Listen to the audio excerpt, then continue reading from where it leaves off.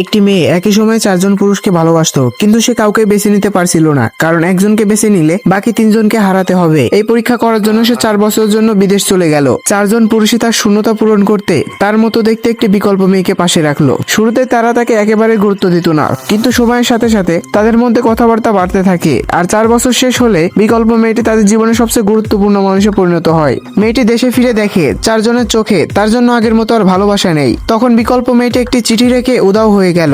তখন চারজন ভেবে নিল মেয়েটি তাকে তাড়িয়ে দিয়েছে, তাই রাগ ও ভুল বোঝাবুঝিতে তারা সকলে মিলে মেয়েটিকে হত্যা করে। কিন্তু ভাগ্য তাকে আরেকটি সুযোগ দেয়। মেয়েটি পুনর্জন্ম পায় ঠিক সেই দিন যেদিন সে বিদেশ থেকে ফিরেছিল।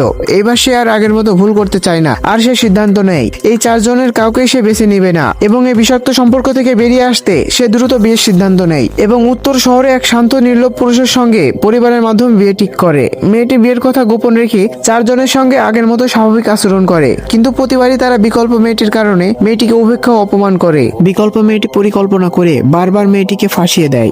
একদিন ক্ষোভে তারা গাড়ি দিয়ে ইচ্ছা করে মেয়েটিকে ধাক্কা দেয়। তখন সাহায্য চাইলে কেউ তার দিকে ঘুরেও তাকায় না। সবচেয়ে ভয়ঙ্কর ঘটে তখন যখন বিকল্প মেয়েটি নাটক করে আত্মহত্যার চেষ্টা করে। চারজন মুহূর্তে বিশ্বাস করে ফেলে মেয়েটি দোষী। এদিকে ডাক্তার জানালেন তাকে বাঁচাতে হলে কিডনি লাগবে। তখন চারজন এক মুহূর্ত না ভেবে মেয়েটির একটি কিডনি কেড়ে নেয়। কিন্তু পরে সত্য প্রকাশ পেলেও আর কিছুই আগের মতো থাকে না। শরীর আর মন ভেঙে পড়লেও মেয়েটি আর পিছু হাঁটে না। সে চুপচাপ হাসপাতাল ছেড়ে নিজের বিয়ের জন্য প্রস্তুতিতে মন দেয়। তখন বিয়ের দিন বিশ্বব্যাপী লাইভ সম্প্রচারে সে নতুন জীবনে পা রাখে।